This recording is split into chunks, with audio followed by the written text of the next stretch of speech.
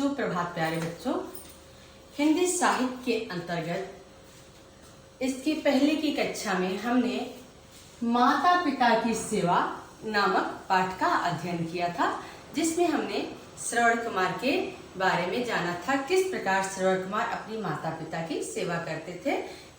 हमने इस कहानी में जाना था कि माता पिता श्रवण कुमार के माता पिता अंधे थे। श्रवण कुमार अपने माता पिता की सेवा करते थे, खाना बनाना खिलाना सारा काम उन लोगों का स्वयं करते थे। एक दिन श्रवण कुमार अपने माता पिता से आके कहते हैं कि बाहर मैंने देखा कि कुछ लोग तीर्थ यात्रा पे जा रहे हैं और वे भजन गाते हुए जा रहे थे। अपनी शुद्ध में अपने भजन में इतने शुद्ध बुद्ध अपना खो दिए थे कि उनके अगल बगल क्या हो रहा कुछ उनको पता नहीं था। भगवान भजन में रमे हुए थे। उनकी ऐसी बातें सुनकर उनकी पिता जो हैं वो कहते हैं कि अगर मेरे पास भी हमारे पास भी आंखें होती तो हम भी तीर्थ यात्रा अवश्य करते। इस पर उनकी माँ कहती है, नहीं, आप ऐसा क्यों सोचते हैं? भगवान का शुक्र अदा कीजिए, धन्यवाद कीजिए भगवान का, ईश्वर का, कि उसने हमें ऐसा पुत्र दिया, श्रवण कुमार जैसा पुत्र दिया जो हमारी इतनी सेवा करता है। श्रवण कुमार उनकी ऐसी बातें सुनते हैं और मन में निश्चय करते हैं कि हम अपनी माता पिता को तीर्थ यात्रा पर अवश्य ले जाऊंगा। ऐसा सोचकर वो बढ़े के पास जाते हैं। उससे कहते हैं कि आप मेरे लिए एक कांवर बना दीजिए। कांवर डंडे का ऐसा है जिसमें दोनों तरफ ऐसे रस्सी लगी रहती थी है और बैठने का जगह होता है, जिससे बहंगी भी कहते हैं। तो बढ़ई के पास जाते, बढ़ई पूछता है कि आपको कांवर किस लिए बनाना है?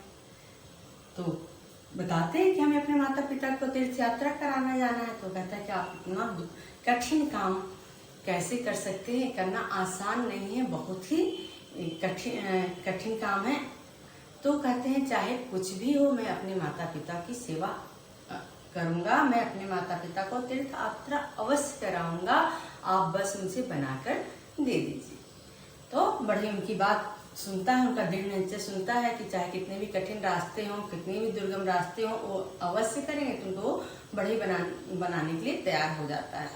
और शाम के समय जाकर श्रवण कुमार बहंगी लेके आते हैं, घर आते हैं और अपनी पत्नी से कहते हैं कि सुबह तुम तैयारी कर देना, कल हम लोग तीर्थ यात्रा पर हम माता पिता के साथ जाएंगे। उनके माता पिता ये बात सुनते हैं और कहते हैं ऐसा करना बहुत ही मुश्किल काम है, बहुत ही कठिन काम है, हम तीर्थ यात्रा पे नहीं जाएंगे। लेकिन श्रवण कुमार कहते हैं आप परेशान मत होइए, मैं आपको रास्ते में कोई भी कष्ट नहीं होने दूंगा, आपको तीर्थ यात्रा करते समय कोई भी कठिनाई नहीं आएगी, आप तीर्थ यात्रा पे चलिए। उनकी बातें सुनकर उनके माता पिता भी तैयार हो जाते हैं। सुबह बिल्कुल तड़के भोर में हुए माता पिता को बहंगी में बिठाकर तीर्थ यात्रा के लिए ले जाते हैं। जब वो गांव से बाहर निकलते हैं तीर्थ यात्रा के लिए, तो गांव के सारे लोग इकट्ठा हो जाते हैं। उनकी माता पिता के प्रति इतनी श्रद्धा, इतनी भक्ति देखकर सबकी आंखें नम हो जाती हैं, उनका हृदय पिघल जाता है, वो सबका मन द्रवित हो जाता है, दया से भर जाता है, भावुक हो जाते हैं, सबकी आंखों में आंसू आ जाता है और सब लोग उन्हें आशीर्वाद देते हैं कि आपकी यात्रा मंगलमय हो, आप अपने लक्ष्य की प्राप्ति करें, अच्छे से आपकी यात्रा हो। चलते चलते श्रवण कुमार दिन भर चलते थे और शाम के समय, रात के समय आराम करते थे। कई महीनों बीत गए चलते चलते, और एक दिन श्रवण कुमार एक बहुत घने जंगल में पहुंच जाते हैं और वहां जाते हैं। तब तक रात हो जाती है, रुकने का समय हो जाता है। वहां का मनोरम स्थल, चिड़िया की चहचहाहट, शांत वातावरण देखकर श्रवण कुमार निश्चय करते हैं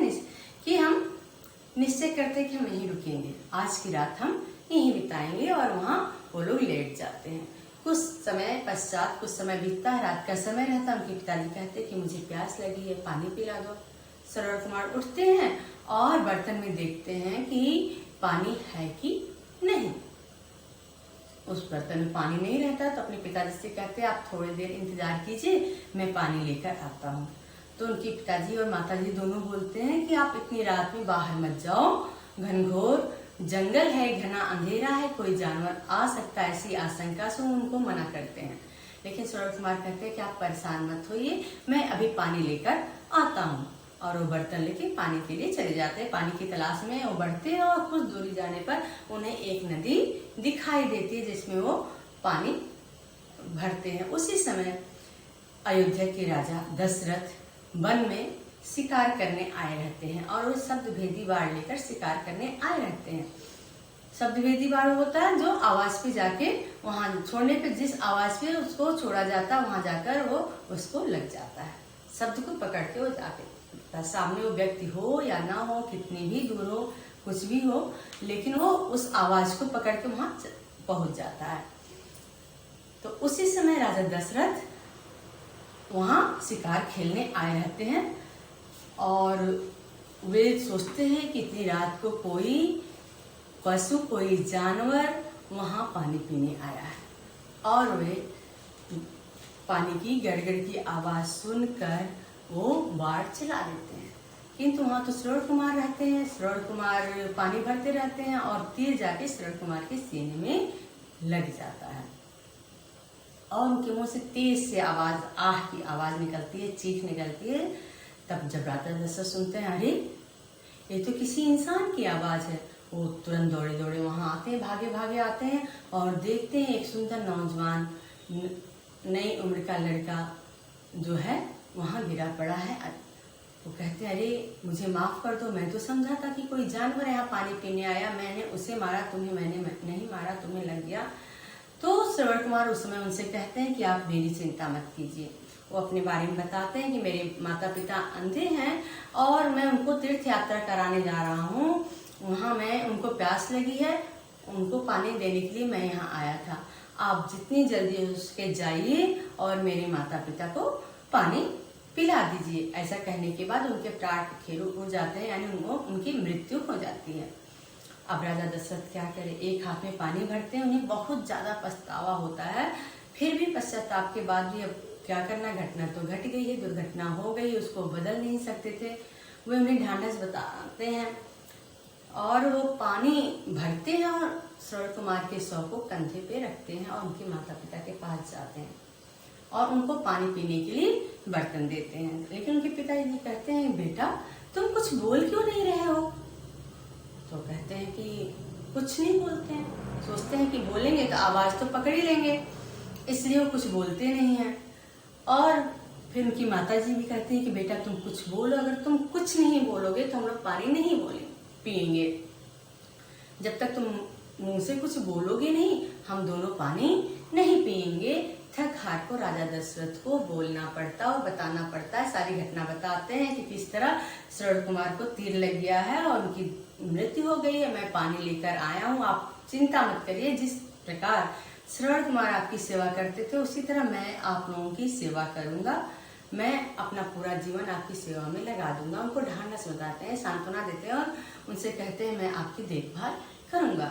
लेकिन उनके माता पिता रोने लगते हैं और उनको श्राप दे देते हैं। उनसे कहते हैं कि जिस प्रकार पुत्र वियोग में उनकी पृथ्वी मृत्यु हो जाती है, उनसे दूर हो जाता है, पुत्र के लिए वो दुखी हो जाते हैं, जिस प्रकार पुत्र वियोग में हम दोनों प्राण त्याग रहे हैं उसी प्रकार पुत्र वियोग तुम्हें भी एक दिन होगा, तुम्हारी भी प्राण इसी तरह चले जाएंगे। राजा दशरथ घबरा जाते हैं और ऐसा कहने के बाद, उनको साफ देने के बाद श्रवण कुमार के माता पिता की मृत्यु हो जाती है। राजा दशरथ बहुत घबरा जाते हैं, घर जाते हैं, उनको नींद भी नहीं आती है, वो परेशान रहते हैं। काफी समय बीत जाता है। काफी समय बीतने के बाद जब राजा दशरथ के 4 पुत्र रहते हैं, राम, लक्ष्मण, भरत, शत्रुघ्न, बड़े होते हैं तो राजा दशरथ सबसे बड़े पुत्र राम का राज्याभिषेक करने की सोचते हैं। लेकिन जो उनके 4 पुत्र होते हैं 3 रानियों से होते हैं। सबसे बड़ी रानी जो है कैकेयी, उनके राम है, उनसे दूसरी रानी सबसे बड़ी रानी है कौशल्या, जिनके पुत्र का नाम राम है। दूसरी रानी थी कैकेयी, जिनके पुत्र का नाम भरत, और तीसरी रानी सुमित्रा, जिनके पुत्र का नाम लक्ष्मण और शत्रुघ्न था। तो जो कैकेयी है वो सोचती है कि जब कौशल्या का पुत्र राजा बन जाएगा तो हम लोग तो बिल्कुल कोई महत्व ही नहीं रहेगा, महत्वहीन हो जाएंगे। इसलिए वह गुस्सा के कोप भवन में चली जाती है राजा दशरथ जब उनको बनाने चाहते हैं तो वो अपने वरदान के बारे में उनको याद दिलाती हैं। बहुत समय पहले युद्ध में जब वो राजा की मदद की थी तो राजा कहते हैं तुमको जो चाहे तुम वरदान मांग सकती, तुम हमसे 3 वरदान मांग लो। तो उस समय कैकेयी कहती हैं कि हमें इस वक्त कुछ नहीं चाहिए, जब समय आएगा तो मैं मांग लूंगी। और वे अपने वरदान का याद दिलाती हैं और कहती हैं कि हमें अपना वरदान इस वक्त चाहिए। तो कहते हैं कोई बात नहीं, तुम मांग लो। तो वो कहती हैं कि पहला है कि मैं चाहती हूँ कि राम को 14 वर्ष का वनवास हो। ऐसी बातें सुनकर राजा दशरथ बिल्कुल घबरा जाते हैं, परेशान हो जाते हैं। जो उनको प्राण से प्यारा था, जो अपने आंखों से 1 मिनट के लिए ओझल होने नहीं देना चाहते थे, ऐसे पुत्र को वनवास के लिए भेजने के लिए कहा जाता। वनवास यानी जंगल में जाकर रहना। और फिर कहती हैं मैं चाहती हूँ कि भरत का राज्याभिषेक हो, मेरा पुत्र जो भरत है वे राजा बने। जब ऐसी घटना सामने आती है उस समय राजा बीमार पड़ जाते हैं, मृत्यु शैया पे आ जाते हैं, बहुत ज्यादा बीमार हो जाते हैं, मृत्यु के निकट आ जाते हैं। तो वो सोचते हैं कि किस तरह मैं श्रवण कुमार को मेरे से अनजाने में ही तीर लग गया था, उनके माता पिता ने हमें श्राप दिया था। तो वो घटना आज उन्हें याद आती है और राम वनवास के लिए चले जाते हैं। इधर राजा दशरथ की मृत्यु हो जाती है। ये कहानी है। और राजा जो श्रवण कुमार हैं किस प्रकार माता पिता की सेवा करते थे। और यहाँ राम भी एक उदाहरण है किस प्रकार अपने माता पिता के वचन का पालन करने के लिए वे अपने माता के दिए हुए मांगे हुए वरदान को मान लेते हैं, बिना किसी नाम नुकुर के, बिना किसी क्वेश्चन मार्क के, बिना किसी प्रश्न के वे तैयार हो जाते हैं और कहते हैं पिताजी आपके वचन का पालन अवश्य होगा। वे वन को चले जाते हैं। अपने माता पिता के लिए बात मानने के लिए ये दोनों एक उदाहरण है।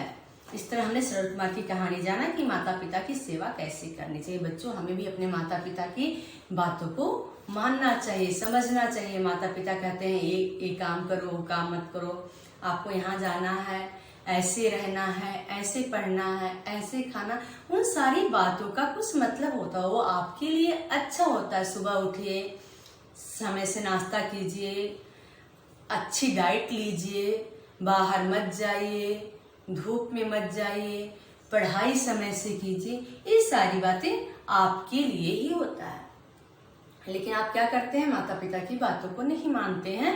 आप क्या करते हैं, जो आपको अच्छा लगता है वो करते हैं।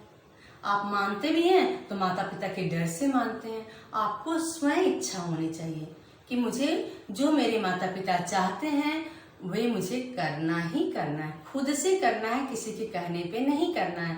जब आप कोई भी काम, चाहे वो पढ़ाई हो या कोई भी जिम्मेदारी आपको दी जाए, जब तक आप स्वयं करना नहीं सीखेंगे, स्वयं करना नहीं चाहेंगे, तब तक वो कार्य पूर्ण नहीं होगा, अच्छे से नहीं होगा। किसी भी काम करने के लिए स्व इच्छा बहुत जरूरी है। दूसरे के कहने पे, दूसरे के बार बार बताने से वो काम अच्छे से नहीं होगा, आधा अधूरा रहेगा और उसमें आप अपना पूरा मन नहीं लगाएंगे, पूरा सामर्थ्य नहीं लगाएंगे, पूरी इच्छा नहीं लगाएंगे। जब चीजें अधूरी रहेंगी तो उसका रिजल्ट भी अधूरा ही आएगा। इसलिए हमें अपने बड़ों के, अपने अध्यापक के, अपने गुरुजन के, अपने माता पिता की सबकी बातों को मानना चाहिए, समझना चाहिए। बच्चों अब हम पाठ में आए जो प्रश्न उत्तर है उसको पढ़ेंगे, उसके उत्तर को जानेंगे। शब्दार्थ हमने पढ़ा था, एक बार हम फिर पढ़ते हैं। इकलौता, इकलौता मतलब अकेला। तीर्थ, वह पुण्य स्थान जहाँ लोग पूजा स्नान आदि करने जाते हैं। आपके घर के लोग भी बहुत सारे तीर्थ स्थल जाते होंगे, धर्म स्थल जाते होंगे, धार्मिक स्थल जाते होंगे, वहाँ पूजा पाठ करते होंगे, स्नान आदि करते होंगे। आप बहुत सारे तीर्थ स्थलों को जानते भी होंगे। तो तीर्थ मतलब वह स्थान जहाँ पूजा पाठ करने या स्नान करने जाते हैं। मग्न मतलब तल्लीन, डूबा हुआ, जिसमें डूबकर काम करे। आप पढ़ाई कर रहे हैं तो आपके बगल में शोर हो रहा है, हल्ला हो रहा है, क्या हो रहा है, किसी चीज का आपको खबर नहीं। आपको पढ़ना है, अपने पाठ याद करना है, समझना है, लिखना है तो लिखना है। जब तक वो पूरा ना हो तब तक किसी बात पर ध्यान न हो जाए। एक तल्लीनता कहलाती है, डूबा हुआ कहलाता है। शुद्ध बुद्ध होश, होश मतलब चेतना ही ना रहे कि अगल बगल क्या हो रहा है। शुद्ध बुद्ध हो जाना यानी जहां आप हैं उसी में मग्न है, अगल बगल क्या हो रहा है कोई होश ना होना। कावड़, बहली, दुआएं, आशीर्वाद, जिद, हठ, तड़के, सवेरे, राह, रास्ता, तकलीफ, पीड़ा, दम, प्राण, आहट, किसी के चलने से होने वाली आवाज, ढांढस, धीरज। अब हम मौखिक प्रश्न का उत्तर जानेंगे। मौखिक प्रश्न, आजकल यात्राएं किन किन साधनों से की जाती है? आपको पता है पुराने जमाने में साधन नहीं था, सड़कें नहीं थी, दुर्गम रास्ते थे, पर्वत पहाड़ पार करके जाना पड़ता था, चलने के लिए साधन नहीं था। लेकिन आजकल कहीं भी आना जाना बहुत ही आसान हो गया। हम वर्षों के रास्ते मीलों घंटों में, हम मिनटों और घंटों में तय कर लेते हैं। आजकल चलने के अनेक साधन हैं, बस, कार, वायुयान यानी जहाज, बहुत सारे साधन हैं जिससे हम कहीं भी आ जा सकते हैं बहुत आसानी से, सुविधाजनक तरीके से। रेल, राम को कितने वर्ष का वनवास हुआ था? राम को 14 वर्ष का वनवास हुआ था। 14 साल, 14 ईयर, 14 साल का वनवास हुआ था। अयोध्या किस नदी के तट पर स्थित है? बच्चों, आप लोगों ने अयोध्या का नाम बहुत सुना होगा। इस समय अयोध्या में राम मंदिर बनाना है, नहीं बनाना है, कोर्ट का निर्णय आ रहा है, फैसला आ रहा है, लोग उसके लिए लगातार प्रयत्न कर रहे हैं कि वहाँ मंदिर बने, कुछ लोग विरोध कर रहे हैं। ये सारी चीजें आप आज तक सुनते समझते चले आए हैं, और आजकल क्या फैसला हो उसके बारे में। वहाँ जो अयोध्या है सरयू नदी के तट पर है।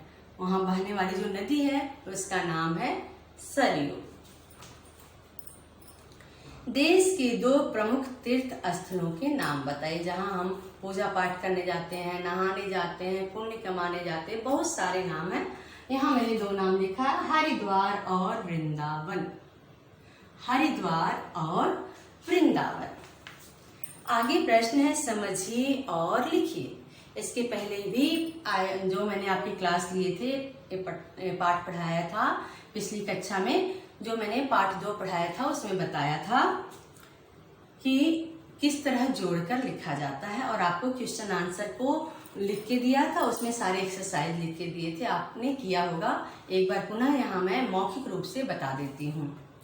बच प्लस पन, बचपन, अपना प्लस पन, अपनापन, अकेला प्लस पन, अकेलापन, सूना प्लस पन, सूनापन, हल्का प्लस पन, हल्कापन।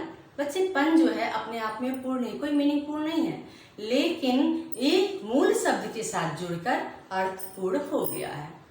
कोई भी मूल शब्द होता है उसके पहले कुछ शब्द जुड़ते हैं और कुछ शब्द उसके बाद जुड़ते हैं। तो जो मूल शब्द के पहले, जैसे कोई शब्द है पूर्ण, पूर्ण एक शब्द है, हम यहाँ लिखते हैं पूर्ण।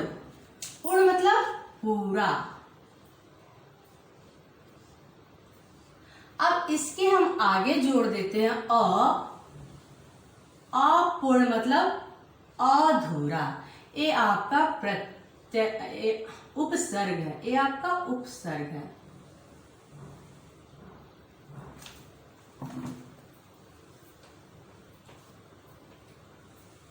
शब्द हम लिख रहे हैं पूर्ण,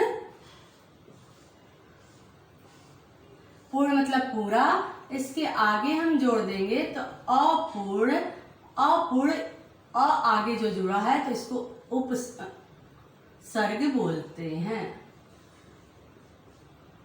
अगर कोई चीज आगे जुड़ जाता है तो उपसर्ग, और पीछे जुड़ जाता है तो प्रत्यय कहलाता है।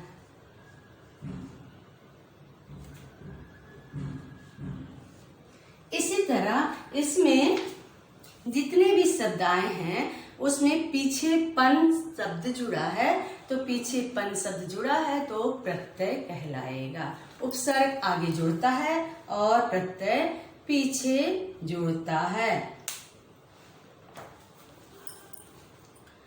अब है जोड़ा बनाइए। मैं माता का पिता, तो सास का ससुर, आपको पता ही है, भाई का बहन, चाचा चाची, पति पत्नी।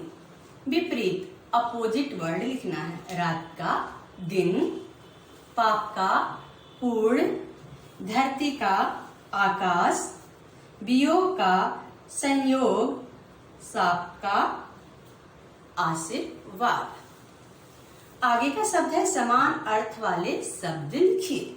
माता, पिता, माता का अर्थ लिखना है। माता का अर्थ है जननी, पिता जनक, बेटा पुत्र, राजा नृप, नदी सरिता। बच्चों, पाठ में आए जो प्रश्न हैं और मेल कीजिए, और जो चित्र हैं उसके बारे में जो कहानी है हम अगली कक्षा में पढ़ेंगे। धन्यवाद।